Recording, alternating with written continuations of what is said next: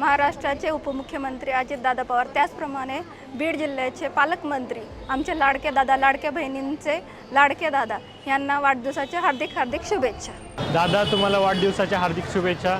तुम्ही जे पण कार्य करतात चांगले करतात आणि तसंच करत राहा आणि चांगली प्रोग्रेस होत आहे देशाची, तशीच पुढे चालू द्या. प्रथमतः दादांना वाढदिवसाच्या खूप खूप शुभेच्छा.